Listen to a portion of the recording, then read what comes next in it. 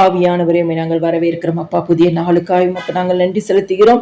1 பேதுரு 5வது அதிகாரம் 7வது வசனம்.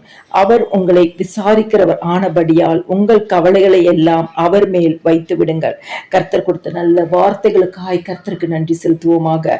கிறிஸ்துவுக்குள் பிரியமானவர்களே, நம்முடைய ஆண்டவர் நம்மை விசாரிக்கிற ஆண்டவர்.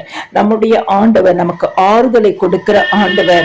நம்மளுடைய ஆண்டவர் நம்மேல் கரிசனை உள்ள ஆண்டவர். நம்முடைய ஆண்டவர் நம்ம மேல் மனதுருகிற ஆண்டவர். நம்முடைய ஆண்டவர் நமக்காக பரிதவிக்கிற ஆண்டவர். அவரே நம்முடைய ஆண்டவராகிய இயேசு கிறிஸ்து.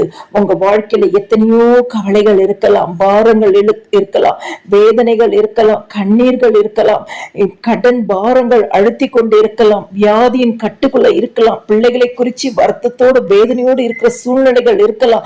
ஏசப்பா நான் என்ன செய்ய போறேன்னு சொல்லி இன்னைக்கு கவலையோடு இருக்கிறீங்க என்று சொன்னால் உங்க கவலை எல்லாவற்றையும் கொண்டு போய் இயேசுவின் பாதத்துல நீங்க வச்சிடுங்க. வேற ஒண்ணுமே செய்ய வேண்டாம். இந்த காலை வேளையில இந்த வசனத்தை கேட்கிற நீங்க, உங்களை விசாரிக்கிறவர் நம்முடைய ஆண்டவராகிய இயேசு கிறிஸ்து, அவருடைய பாதத்துல உங்களுடைய எல்லா கவலையும் உங்க பாரத்தை இன்னைக்கு வைத்திடுங்க.